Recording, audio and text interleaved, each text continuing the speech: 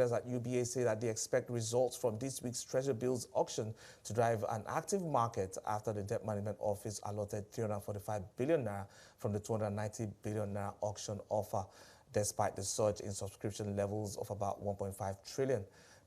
Meanwhile, the three tiers of government will share over 2.2 trillion naira in FAAC allocations in August. Chuka Nwachukwu, the chief dealer and head of trading at UBA, joins me now for an update on the markets here. Thank you so much for your time today, Chuka. And let's get to what we're seeing play out here. We're seeing that oversubscription in the T-Bills.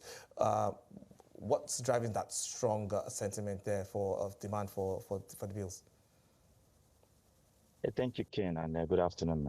What is driving it is obviously liquidity. So you just mentioned about 2.2 trillion was approved by the Federal Allocation Committee. So that obviously will come in next week. But the system liquidity as of this morning is around 2.8 trillion. That's quite significant. This is driven by coupon payment. Over 386 billion came into the system at the way of coupon, OMO maturity, as well as NTD maturity. And so yesterday's auction, we saw oversubscription, of course, rightly so, due to liquidity in the system. About 290 billion was offered. Then, of course, 1.5 trillion was the subscription, and then 345 billion was sold.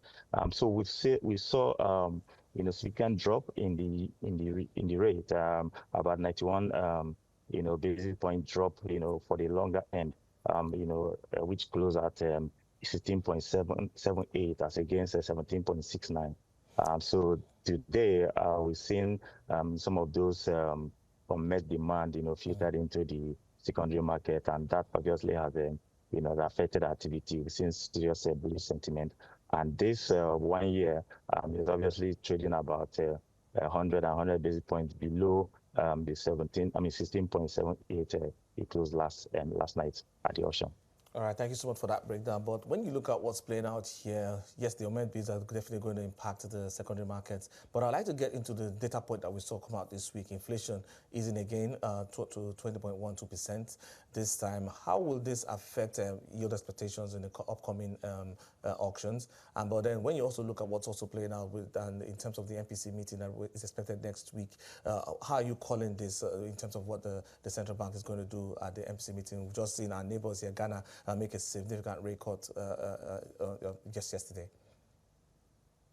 Yeah, so the inflation, came out 20.12 from 21.88 levels. So obviously that has affected sentiment in the fixed income market. We've seen yield drop significantly by over 200 basis points. Coupled with the earlier liquidity I mentioned. So the expectation is that, with this improvement in inflation figure, so obviously CBN will look to cut rate. And so as a trader, as a fixed income trader, it's the best time for you to start building position if you haven't been doing so. The reason being that once rate is cut, we expect these yields to drop even to as low as 10%, 11.5% levels. And so the sentiment is already playing out. And that's why we've seen significant drop in yield, especially on the T-bill side and then the longer end of the bond side. All right, definitely quite a lot to look at. But thank you so much for your time today. I'll be speaking with Chuka Nwachukwu, the chief dealer and head of trading at UBA.